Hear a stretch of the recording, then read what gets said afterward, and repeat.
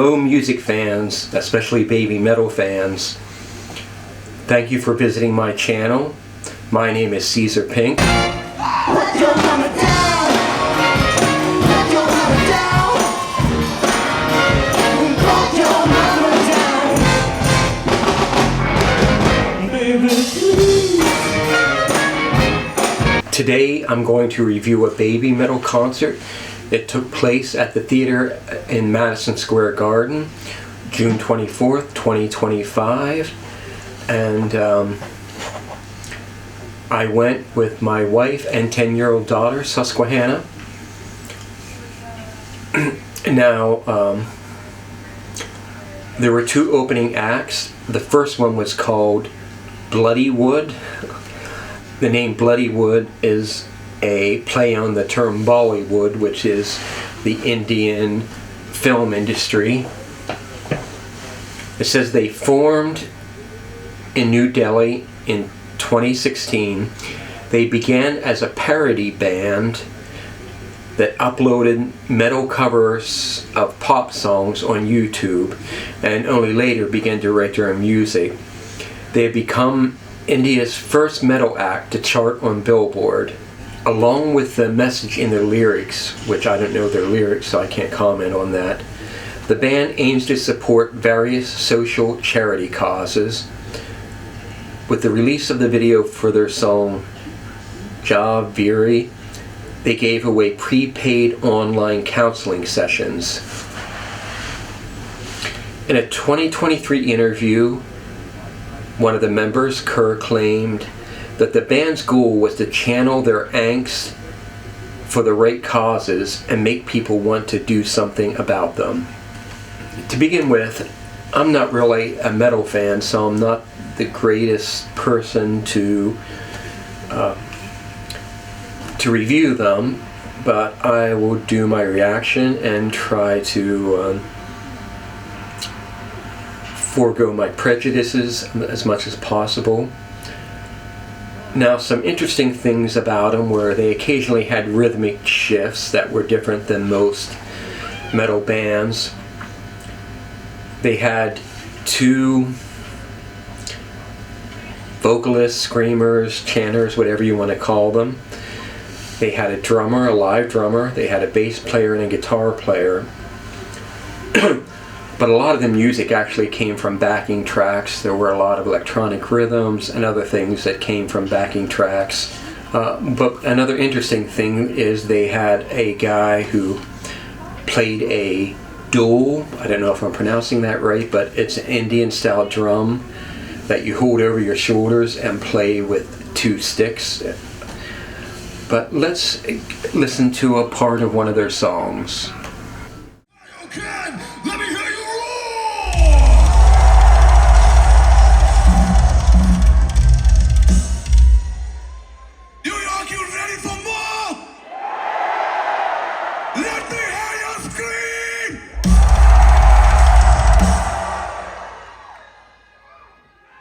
Violence. We never advocate violence as a solution for any conflict. But when you are pushed to a corner and there's no option left, sometimes you gotta do what you gotta do. Sexual assault has no place in global society. Either they will hear our words or they will taste our boots. This is another.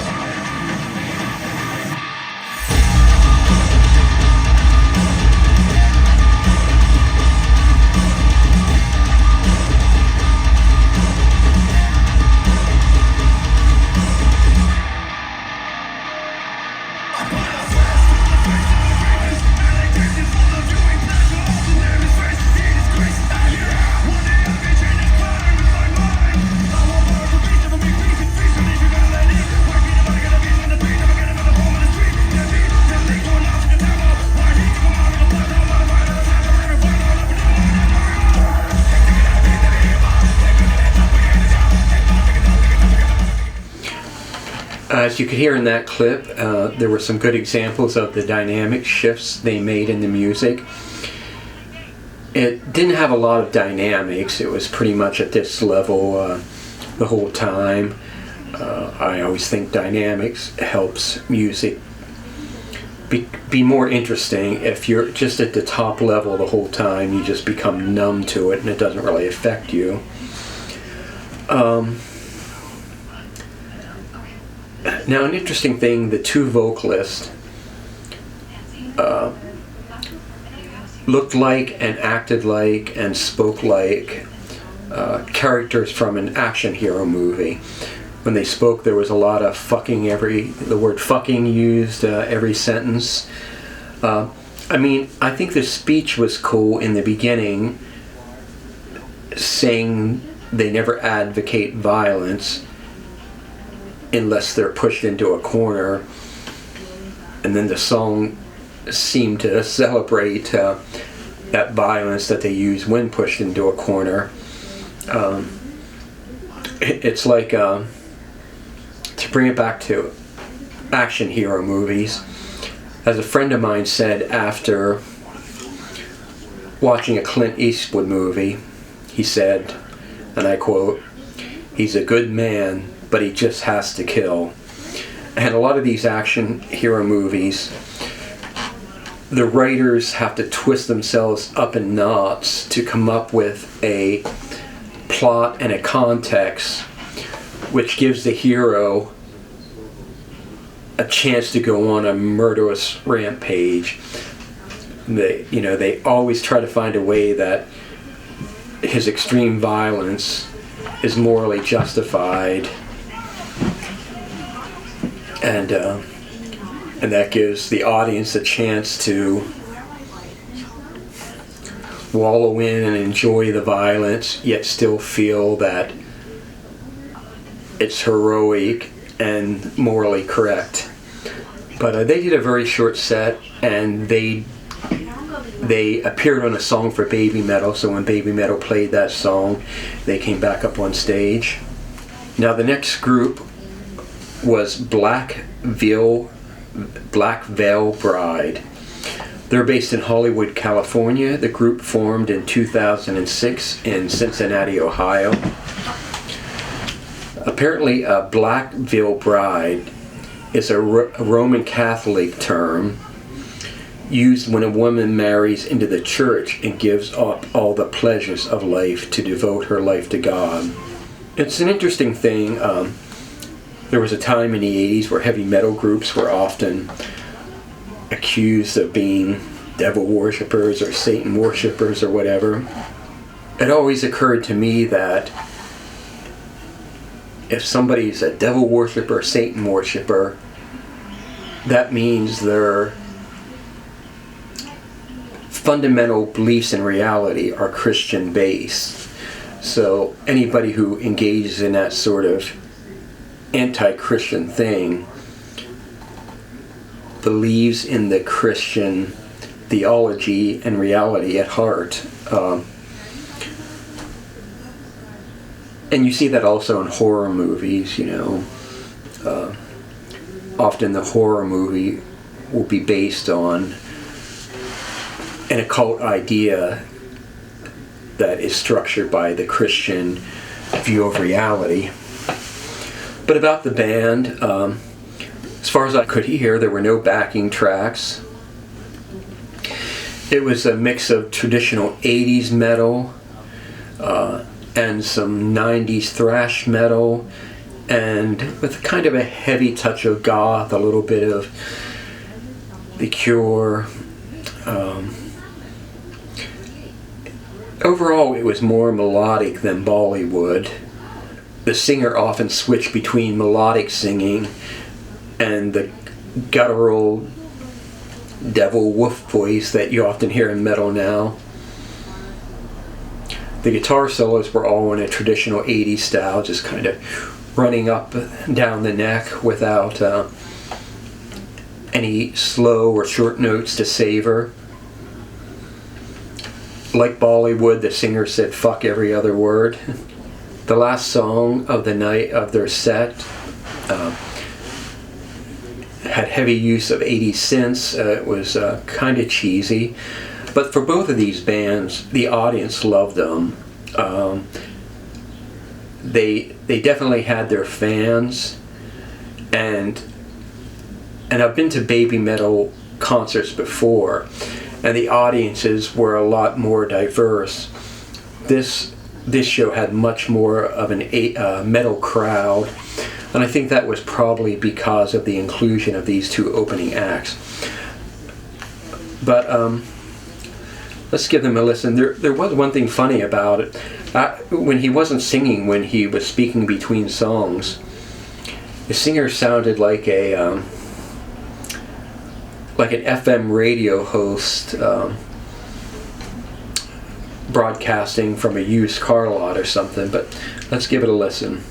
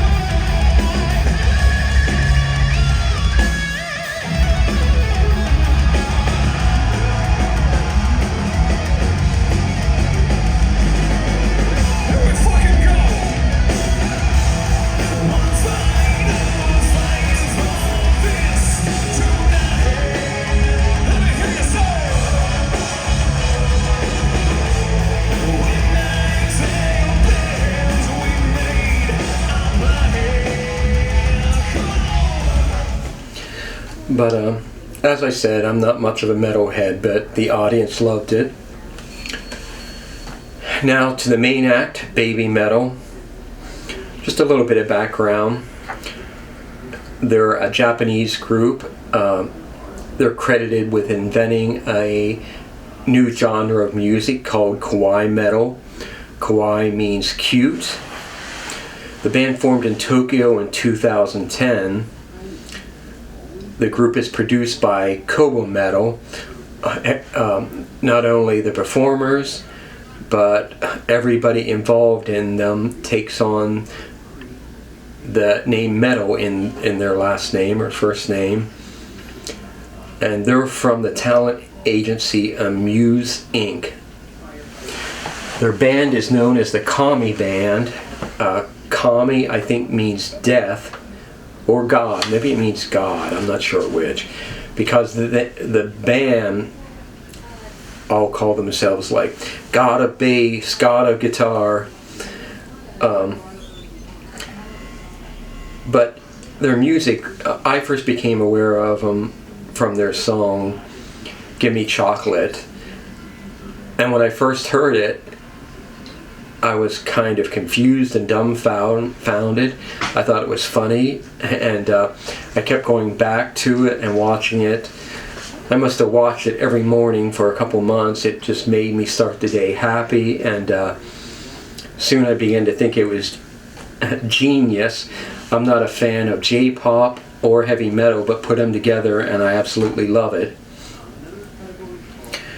So Babymetal concerts always start with a kind of historical video that tells the mythology of the background of Babymetal, where they became.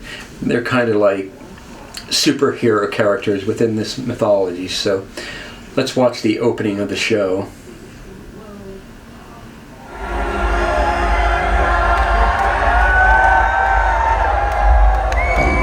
Time ago, in a heavy metal metal galaxy far, far away.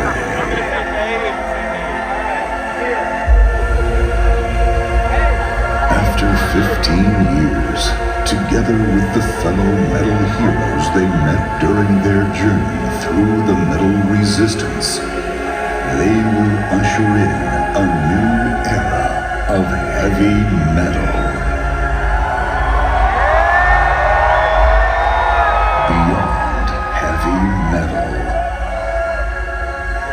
The spirit of heavy metal, inherited from metal legends, has become Metal Force and begun a new journey. Metal Forth. Whether this encounter was by coincidence or by fate, there's no way anyone would know. Only the Fox God knows. Are you ready to head down? Now is the time for the Metal Fourth with Babymetal.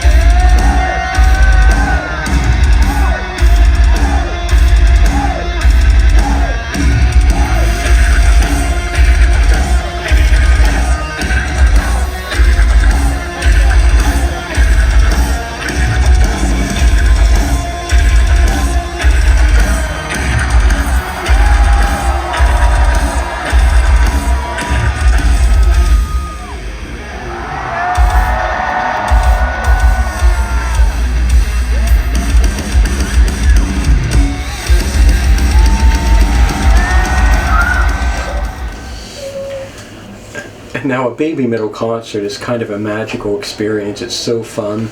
They have the most enthusiastic audiences that I've ever seen. And throughout the night, there are certain rituals that the band and the audience participate in. The opening song, which we heard a bit of, is called Babymetal Death. Now, when they used to perform this in Japan, I don't think they ever did this in the United States, but during the song, which is mostly instrumental, except the occasional chant of Babymetal Death, but during the song, they would carry a big cross onto the stage, and they would crucify the lead singer onto the cross, and I think she would also have a neck brace on, which was kind of their little joke about headbanging. But I'm guessing they took that out when they play in America because it might be too controversial. But let's listen to a little bit more of Babymetal Death.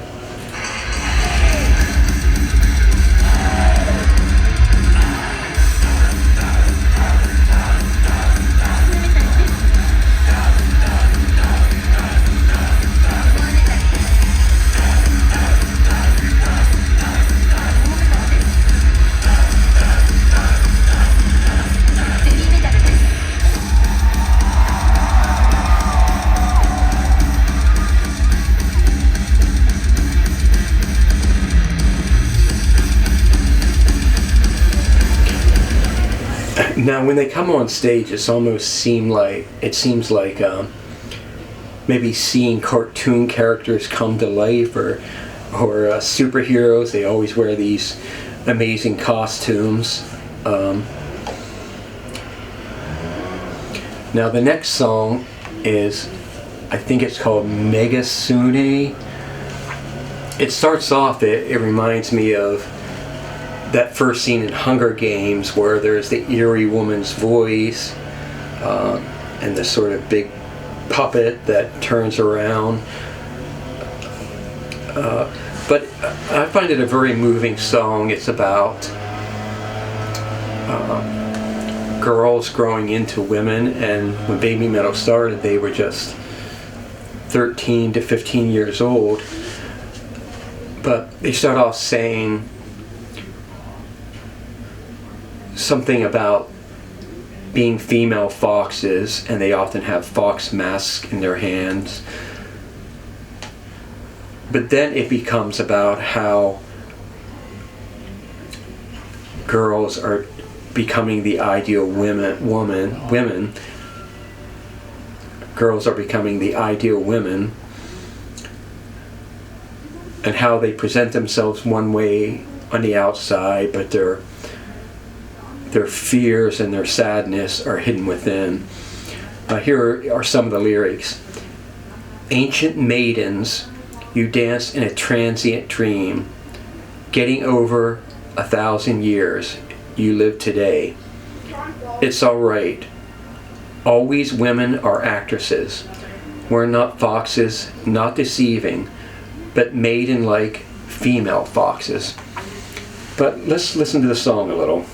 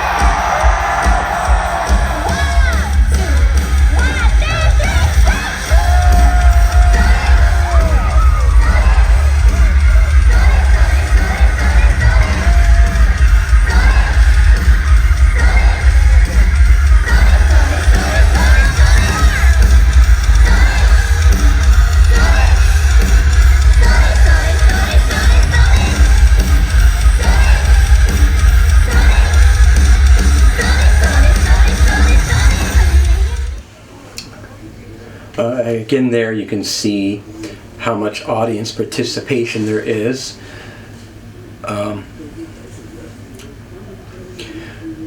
The singers are Sue Metal on lead vocals, Mo Metal on backing vocals, and Momo Metal on backing vocals.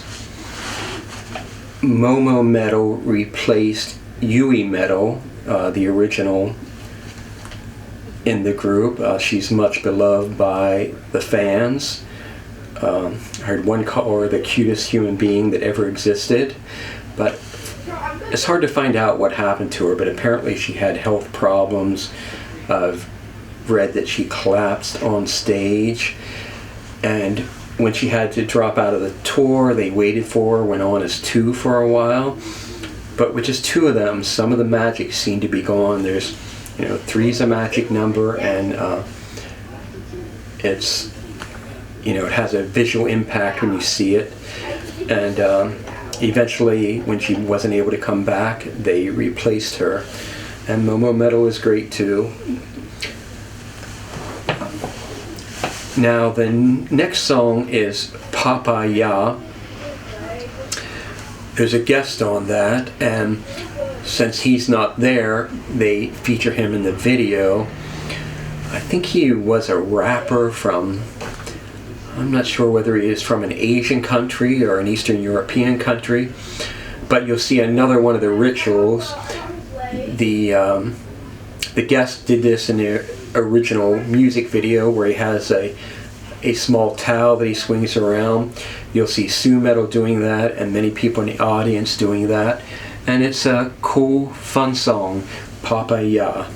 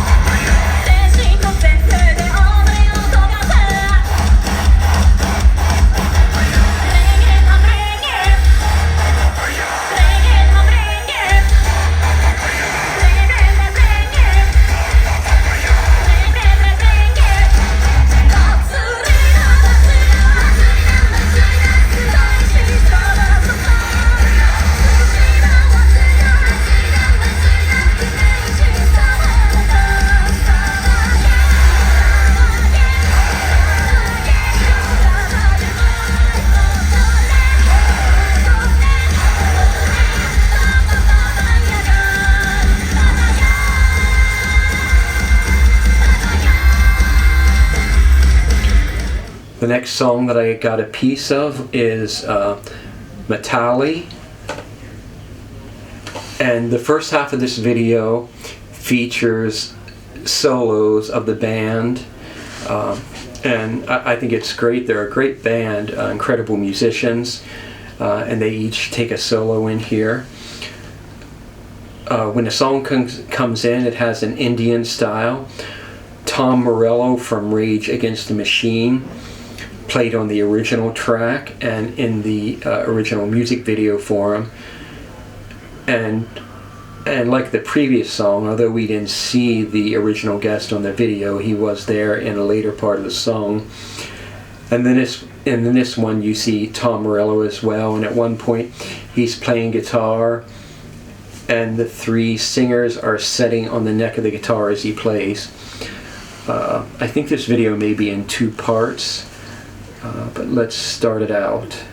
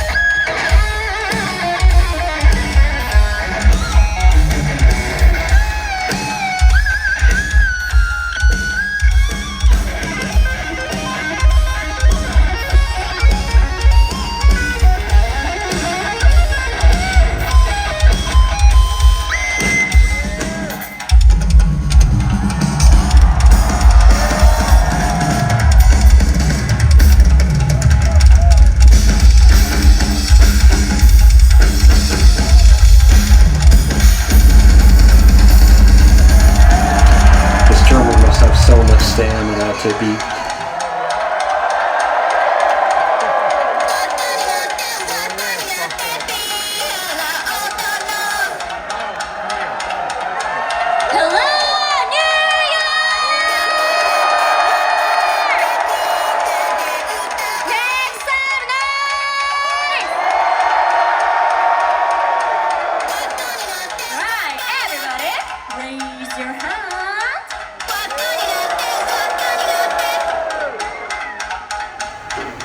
and the part 2 of the video.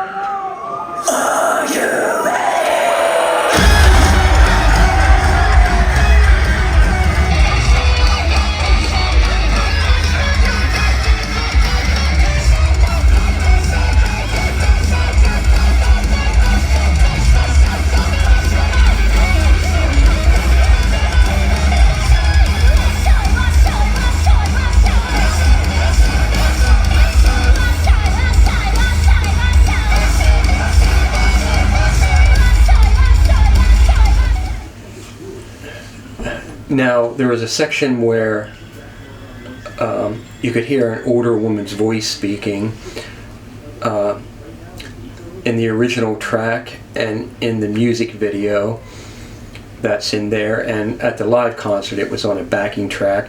But I really like that Babymetal does, I'm not sure whether it's an Indian style dance or a Japanese style dance there, but it's a really nice section. And I didn't catch it on video, but Metal gets everybody to hop up and down. As you can see, it's a very energetic crowd. Now, later in the show, they have a second video which talks about their mythology. And this video talks about a story that is in this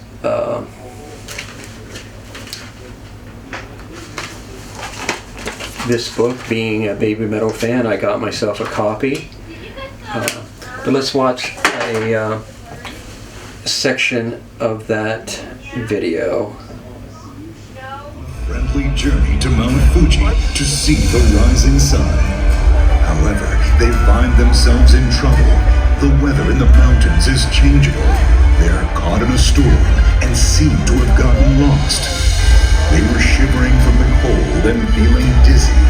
To make matters worse, a ferocious-looking bear suddenly appeared in front of them. Each knee sign. Each knee sign.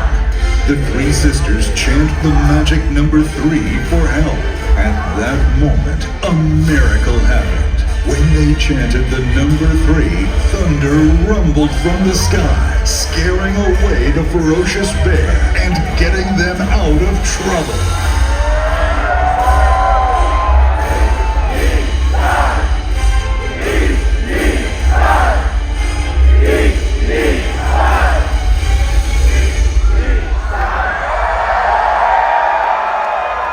You can hear the audience knows all the cues. They can chant along with things. It's very fun. Now, for the end of their set before the encore, they did Give Me Chocolate, which is their biggest hit, at least in the Western world. And it's really the song that broke them worldwide.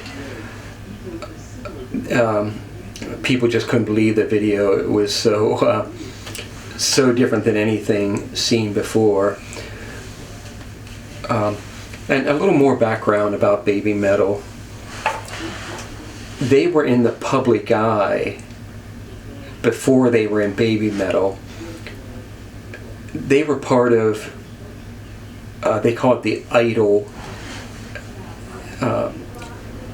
Idol Stars.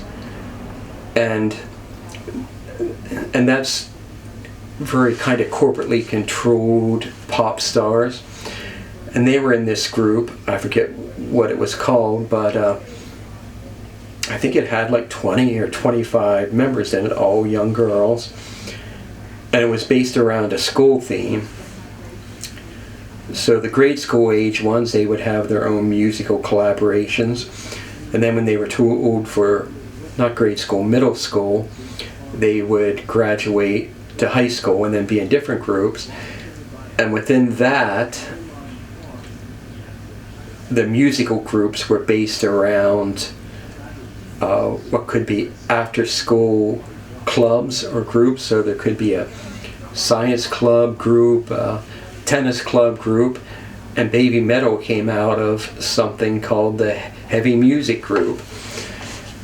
And what happened, my understanding is that there was a guy who worked for this company, and his passion was heavy metal, and on the weekends he would play heavy metal in the local club. So he had the idea of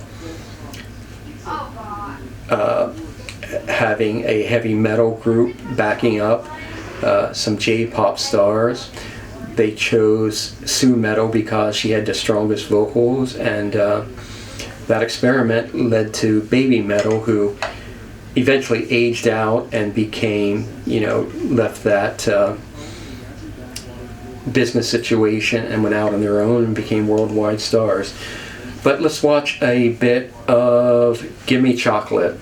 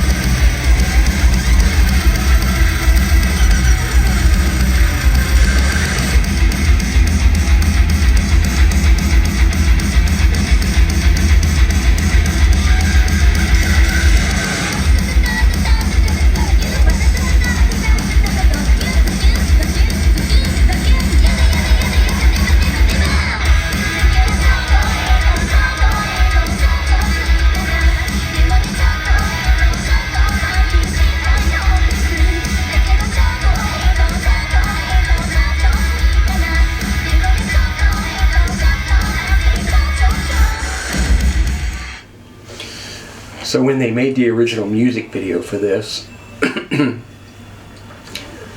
excuse me, the two younger girls were 14 and I think Sue Metal was 16. So they really looked like babies. It was very cute and very mind-blowing.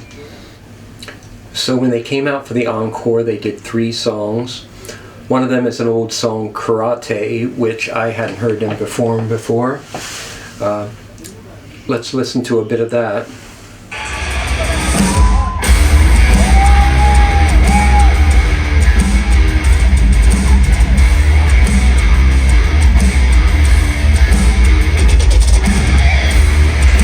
This one has some nice, strong guitar riffs, very melodic.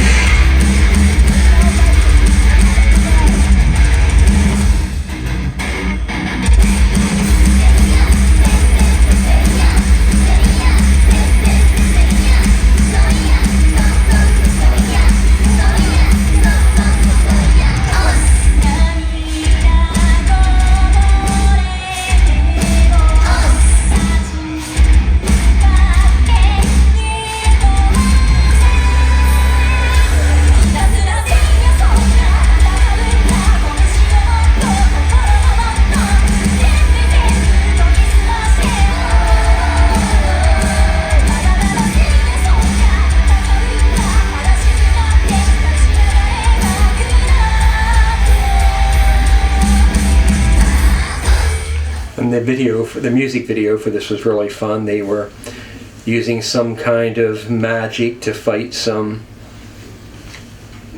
demons or something. And here's a favorite part of my show where Sue gets everyone to hold up their cameras while she's singing a melody line.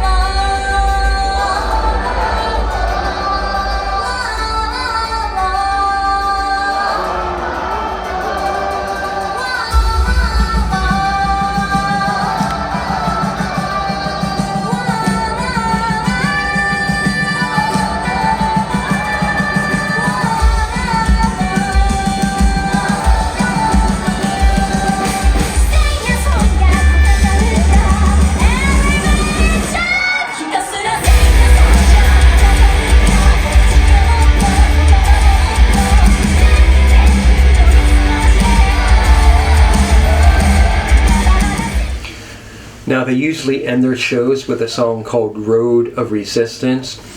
It's very, very theatrical and very ritual-like. For that song, I moved to the middle and the rear of the pit. I think this video really captures a lot of the joy and happiness in the Babymetal presentation. It's quite moving to me. Now, another thing about this song, Sue will come out and part the audience for what metal people call a wall of death, where all the people in the pit rush to each other and then create a mosh pit, or in this case, they just became a circle, people running in a circle. Now, back in the day, mosh pits could be very dangerous and violent things. I was standing just behind it, and I'd crawled up onto a cement level a couple feet up, so I was right by it. And what I kept thinking, this is the most gentlemanly mosh pit I've ever seen. Even though it was very raucous and energetic, I didn't really see any violence, and people seemed to be respecting each other. It was really funny and nice both. But I think I captured the whole song of this, so it's their final song of the night, and it's almost 9 minutes long, but I hope you enjoy it.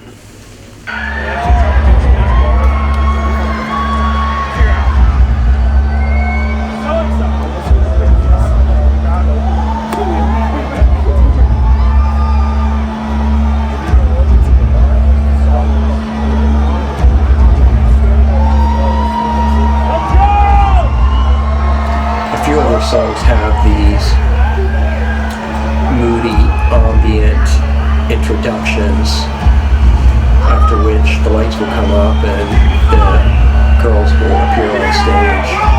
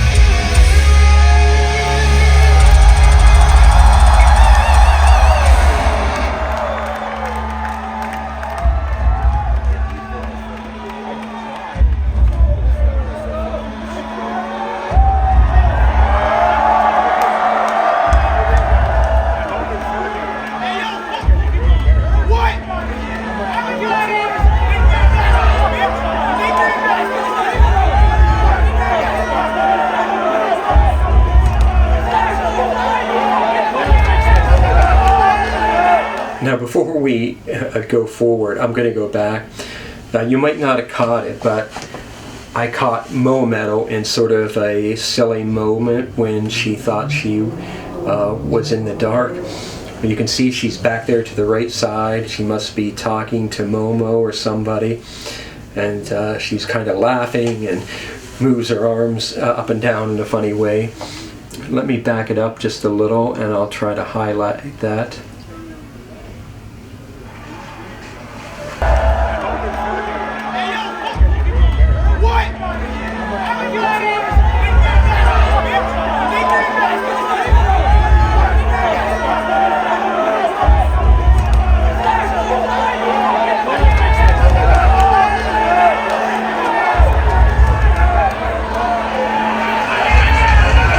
So she's parting the crowd.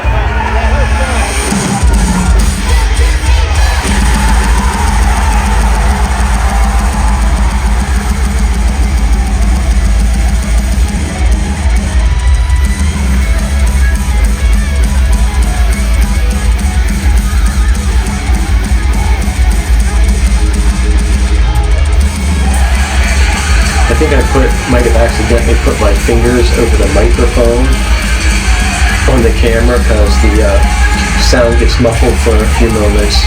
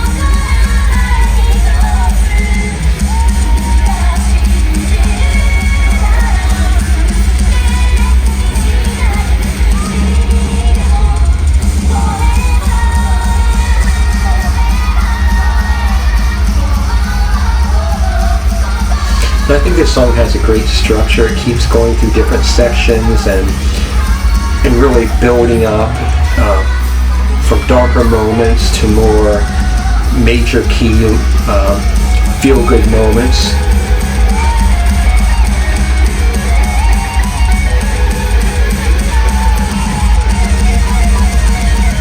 If you can't tell, they're supposed to be riding on a horseback in that section.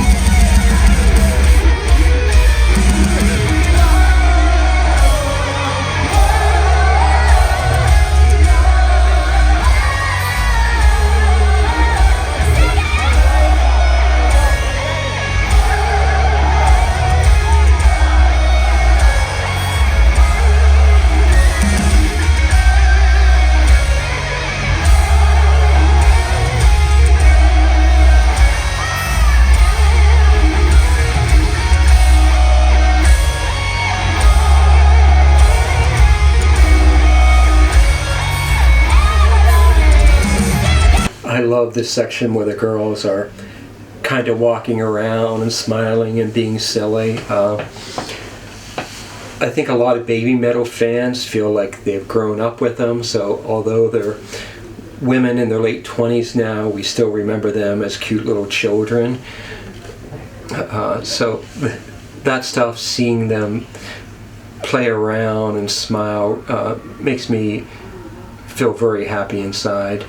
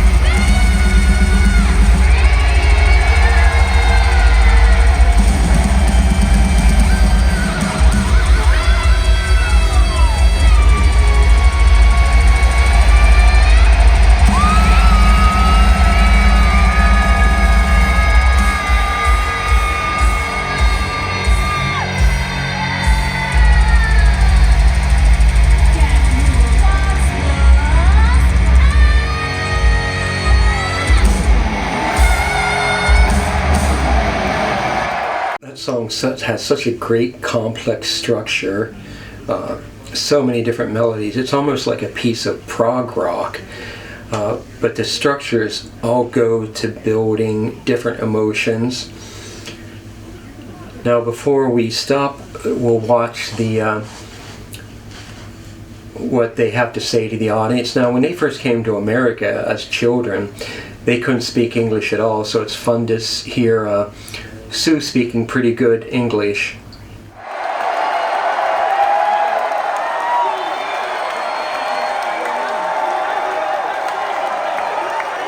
Wow, it's an amazing night! We're so happy to have Rockville Glass and Bloodywood on tour with us. Thank you, New York!